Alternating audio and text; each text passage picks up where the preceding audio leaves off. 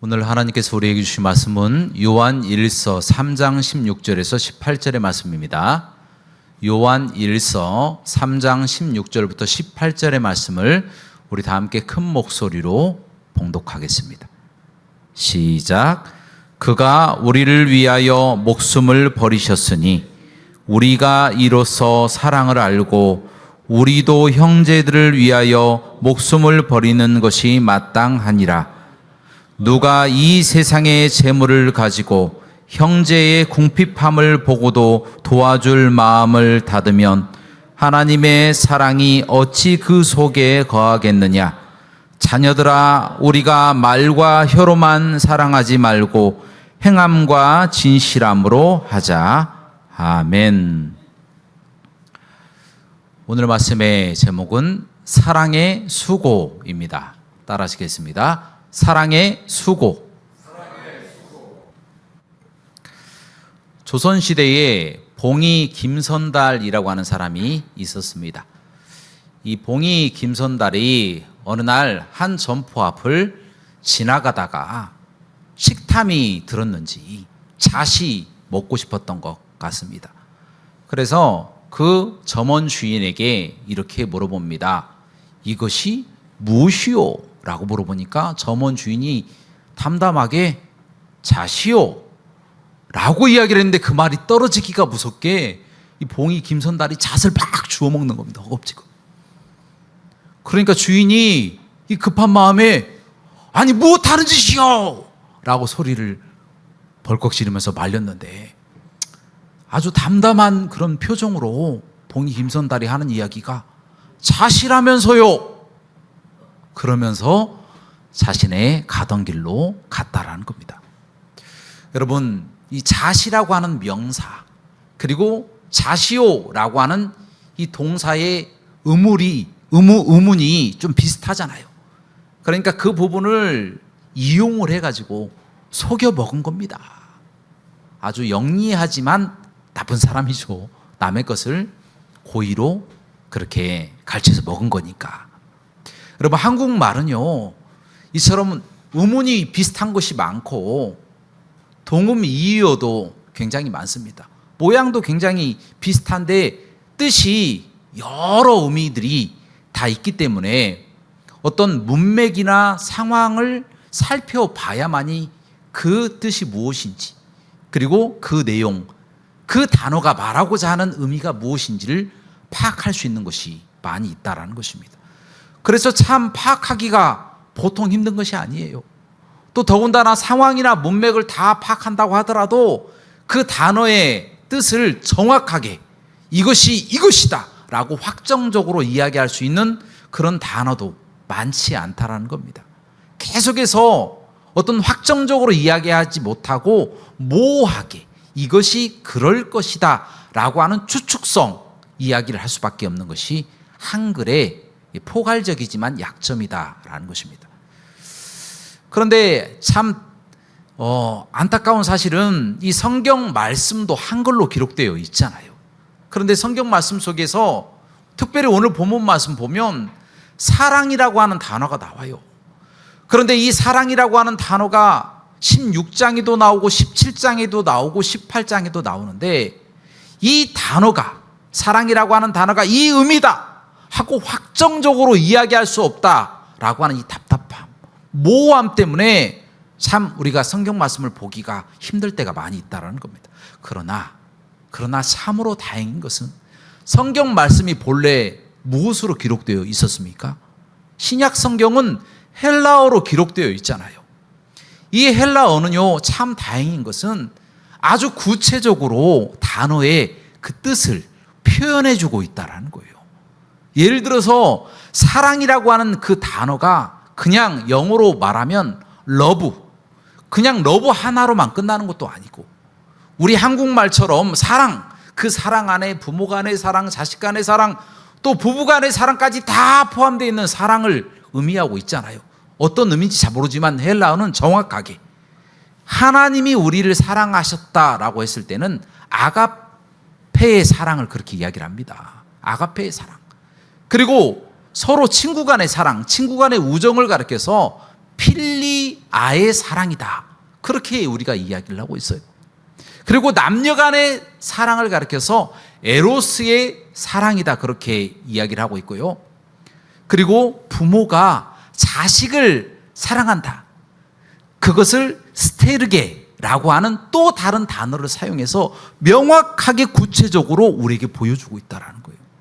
그래서 이 성경 말씀을 볼 때에 원어를 보는 것이 굉장히 중요한 것이고요. 그래서 오늘 본문 말씀도 이 원어를 바탕으로 바로 이 사랑이 16장, 17장, 18장의 사랑이 어떤 사랑을 우리에게 이야기하고 있는지 이 부분에 관해서 함께 은혜를 나누고자 합니다. 자, 먼저 우리 오늘 본문 말씀 요한 1서 3장 16절 말씀을 우리 다 함께 봉독하도록 하겠습니다. 시작. 그가 우리를 위하여 목숨을 버리셨으니 우리가 이로써 사랑을 알고 우리도 형제들을 위하여 목숨을 버리는 것이 마땅하니라. 아멘. 여러분, 이 구절에서 사랑이라고 하는 단어는 헬라어로 아가페의 사랑을 이야기해 주고 있습니다. 여러분, 아가페의 사랑은 바로 하나님이 우리를 사랑하셨다 했을 때에 무조건적인 삼위일체 하나님의 사랑이다. 이렇게 생각하시면 됩니다. 또한 예수 그리스도께서 우리를 사랑하셔서 자기 몸을 아낌없이 우리 죄를 사하시기 위해서 주신 그 사랑을 가리키고 있는 것입니다. 그 사랑 덕분에 우리가 지옥 가야 되는데 하나님의 나라에 들어가게 되지 않았습니까? 우리가 죽어서 영원토록 지옥에서 고통당해야 되는데 영생을 얻고 하나님의 나라에 들어가서 영원토록 행복하게 살 수 있는 그런 은혜를 우리에게 허락해 주신 사랑, 이것을 가리켜서 아가페의 사랑이다, 그렇게 말씀드릴 수가 있다는 거예요. 그래서 우리는 하나님께 놀라우신 사랑을 받은 사람들, 그 사랑을 지금 경험하고 우리가 가지고 있는 사람들이 되었다라는 거예요. 할렐루야. 하나님의 은혜를 받고 있는 사람이 되었어요. 여러분, 꼭 이런 것과 마찬가지예요. 사형수가 지금 사형을 당하기 일보 직전인데 갑자기 사면이 떨어진 거예요. 그래서 사형 당하지 않고 무죄 방면됐다 라고 하는 그 상황과 똑같습니다. 자, 그 상황에서 전 세계에 있는 모든 재산을 너에게 줄게, 전 세계에 있는 권세를 너에게 줄게, 그냥 네 목숨만 우리가 가져갈게 라고 이야기하면 그렇게 하십시오, 그렇게 허락할 사람들이 누가 있겠습니까? 목숨보다 귀중한 게 있습니까? 인간 세상에서 사람의 생명보다, 목숨보다 귀중하게 여겨질 수 있는 것은 아무것도 없는 거예요. 그래서 목숨을 우리가 구함을 받았다. 그런데 이 세상의 목숨도 굉장히 귀중한데 영원한 생명, 영원히 하나님의 나라에 들어가서 영원토록 살아갈 수 있는 천국을 우리에게 허락해 주셨는데 이 은혜가 얼마나 크냐라는 겁니다. 이 세상의 어떤 기쁨과 어떤 물건과 어떤 권세와도 바꾸지 못하는 것이 바로 이 사랑, 아가페의 사랑이다라는 거예요. 여러분도 잘 아시는 거지 나사로가 있잖아요. 예수님이 비유하신 그 거지와 부자, 그 나사로와 부자의 그 비유 속에서 거지 나사로. 그런데 이 거지 나사로가 살아생전에 어떤 일을 했습니까?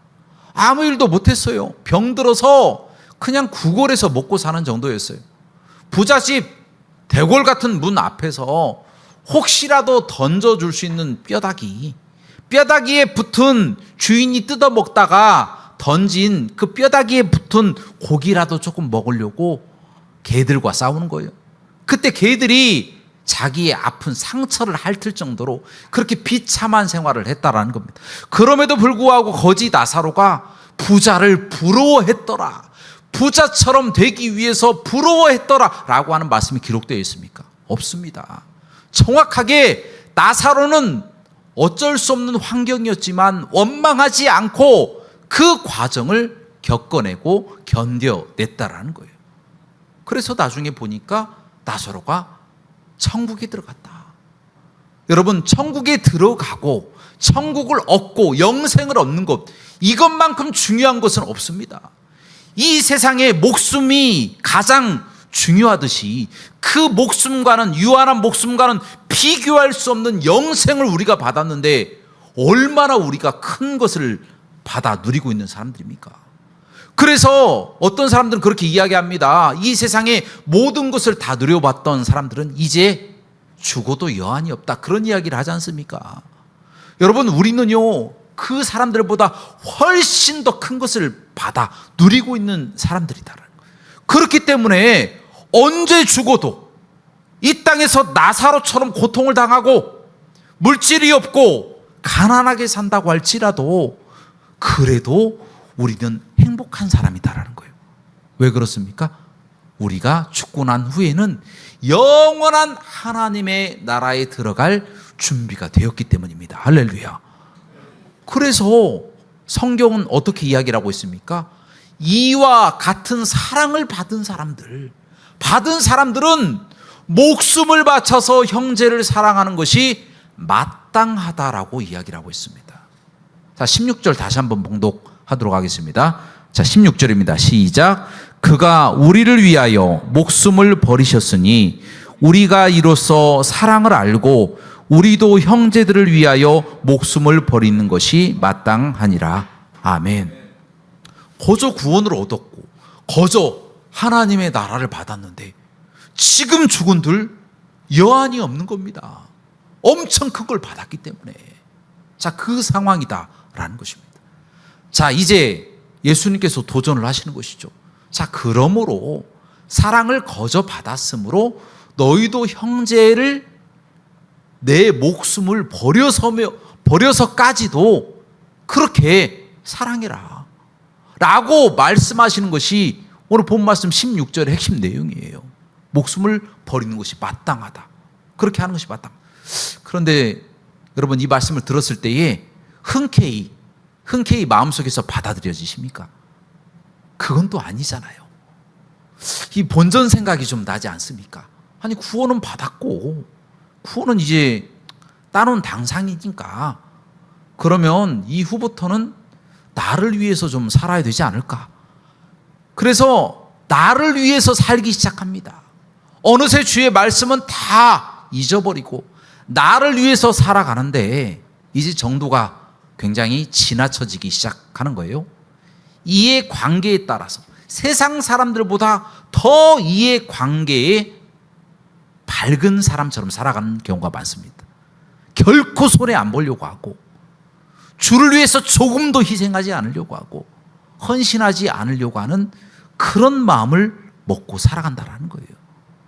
그래서 나중에 안 믿는 사람이 아니, 당신 예수님 믿는 사람이었어? 라고 놀라면서 당신 같은 사람을 내가 보니까 예수를 안 믿는 것이 차라리 낫겠어 라고 비판받는 그런 사람들도 있다라는 겁니다. 여러분, 그런 사람이 성경 말씀에 나와요. 마태복음 18장에 보면 10,000달란트 빚진 그런 사람입니다. 10,000달란트는 한화로 계산을 해보면 6조 원 정도 되는 큰 돈이라고 합니다. 6조 원 가진 사람이 세계에 몇 명이나 될 것 같습니까? 거의 없어요. 그것을 갚을 수 있는 힘이 없어요. 더군다나 종입니다. 주인도 아니고 종이고 돈을 벌 수 있는 능력도 없어요. 그래서 사정합니다. 나를 제발 용서해달라고, 이 빚을 좀 탕감해달라고. 그러니 주인이 불쌍히 여겨서 관대하게 은혜를 베풀어서 용서를 딱 해줘 버렸어요. 그런데 용서함을 받자마자 곧바로 어디로 달려갑니까? 자기에게 100데나리온, 한 500만 원 정도죠, 하나로. 그렇게 빚진 사람에게 달려가서 내 빚을 갚아라, 갚지 않으면 내가 너를 감옥에 쳐넣겠다. 그래서 가둬버렸다라는 거예요. 빚을 갚을 때까지 가둬버렸다. 자, 그 상황에 그 이야기가 주인의 귀에 들린 겁니다. 주인이 어떤 생각을 하겠습니까? 아니, 나는 10,000달란트를 다 삭감해 줬는데 지는 100데나리온도 용서를 못 해주냐? 다시 잡아와라. 그래서 감옥에 쳐넣어라 라고 이야기를 했다라는 겁니다. 여러분, 받은 은혜를 사람은 참 많이 잊어버리고 쉽게 잊어버리는 것 같습니다. 저도 군대에 있을 때에 제가 후임병들에게 참 잘해줬어요. 먹을 것도 사주고, 한 번도 뭐 공정하지 않게 한 일도 없고, 그리고 화를 내거나 막 시켜먹거나 괴롭히거나 그런 적이 없어요. 그리고 심지어 어떤 특별한 경우 외에는 정말 심하게 이야기한 적도 없어요. 얼마나 잘해준 줄 몰라요. 한 번도 때린 적도 없고. 자, 그 상황에 너무 잘해줬는데 나중에 제가 화장실에 저녁에 화장실에 가고 싶어서 화장실을 딱 가봤더니, 제가 병장이 됐죠 이제. 그래 병장이 돼서 화장실을 가봤더니 제가 그렇게 잘해줬던 후임병들이 그 밑에 후임병들을 쭉 놔두고 구타를 하는 겁니다. 구타를. 제가 너무 화가 나가지고 다 내무실로 다 모이라고 해놓고 그들에게 이야기를 했습니다. 내가 너희를 한 번도 때린 적도 없고 그렇게 시켜먹은 적도 없고 화를 낸 적도 없고 심하게 말한 적도 없는데 너희가 왜 악습을 또 가져왔냐 라고 굉장히 질책을 했습니다. 만약에 또 때린 것이 발견되거나 혹시 때린 것을 그냥 맞고 그냥 지나갔다 라고 하는 일이 발생되면 내가 곧바로 부대에 이야기를 해서 그 사람 영창 보낼 거다. 아무도 때리지도 말고 맞지도 마라 라고 내무반에서 그렇게 이야기를 했어요. 그 이후로 제가 있는 동안에는 구타가 다 사라졌어요. 그런데 제가 그 후임병들을 생각을 해보니까 참 배신감이 들더라고요. 잘해줬는데 그렇게 은혜를 베풀고 고참들이 저를 괴롭히고 아무리 힘들어도 저는 밑에 후임병들에게 화를 내본 적이 없어요. 그들에게 도리어 내가 먼저 솔선수범하고 아껴주고 그들을 보호해주고 그들에게 잘해줬는데, 나도 한 번도 때리지도 않았는데 후임병들이 그 다른 후임병들을 괴롭히고 때리는 그런 모습을 보면서 참 사람은 은혜를 너무 쉽게 잊는구나. 받은 은혜를 간직하지 못하고 쉽게 잊는 존재구나 라고 하는 것을 깨달았습니다. 여러분, 사람이 그렇기 때문에 혹시라도 그런 사람들이 있을까 봐 우리 예수님이 오늘 본문 말씀을 통하여 그들에게 경고하고 있는 거예요. 여러분 17절과 18절 말씀, 오늘 본 말씀 17절과 18절 말씀을 이어서 함께 봉독하도록 하겠습니다. 시작. 누가 이 세상의 재물을 가지고 형제의 궁핍함을 보고도 도와줄 마음을 닫으면 하나님의 사랑이 어찌 그 속에 거하겠느냐. 자녀들아, 우리가 말과 혀로만 사랑하지 말고 행함과 진실함으로 하자. 아멘. 여러분, 오늘 본 말씀에 나와 있는 것처럼 27절과 18절의 말씀에 헬라어 단어가 무엇이겠습니까? 역시나 아가페의 사랑이었다라는 거예요. 그 사랑으로 사랑이라. 너희가 아가페의 사랑을 받은 것처럼 내 형제를 아가페의 사랑으로 사랑하라 라고 하신 말씀이다라는 거예요. 보통 믿는 사람들의 그 마음에는 받은 은혜가 있기 때문에 불쌍한 사람들을 보면 돕고 싶은 마음이 자연스럽게 생깁니다. 그래서 재물이 있으면 도와주는 것이고, 불쌍하면 돕기도 하고, 그리고 함께 협력해 주기도 하는 겁니다. 그런데 하나님을 믿는 사람이 불쌍한 사람을 보고도 재물이 있는데 불쌍한 마음을 닫아버렸다. 알면서도 마음을 닫아버렸다라는 거예요. 하기 싫은 거죠. 왜냐? 아까우니까. 아까워서 하기 싫거나 아니면 훈련이 충분히 안 돼서 그럴 수도 있는 것입니다. 그러나 그러한 행위를 반복하다 보면 양심이 화인 맞는 것처럼 굳어지는 거예요. 그렇게 굳어진 상태에서 불쌍한 사람들을 보고도 불쌍하지 않다. 사고가 났는데 뭐 사고가 났나 보다. 잘 죽었나 봐. 불에 타서 고통당했어? 그럴 수도 있는 거지 뭐. 아무런 긍휼한 마음이 생기지 않는다? 그렇다면 그 속에 진짜 하나님을 믿는 믿음이 있는가? 그것을 반문해 봐라. 네가 진짜 하나님을 믿는 사람이냐? 라고 하시는 그 음성을 한번 스스로에게 반영시켜 봐라. 그 말씀을 지금 하고 있는 것이다라는 겁니다. 왜냐하면 예수 믿는 사람은 불쌍한 사람들을 보면 당연히 긍휼히 여기는 마음이 생길 수밖에 없어요. 예수 그리스도를 안 믿는 사람을 보면 너무 불쌍해. 지옥 가서 영원토록 불에 타서 고통당하는 그 모습을 상상하면서 눈물이 나와야 됩니다. 그런데 그런 감정이 생기지 않는다.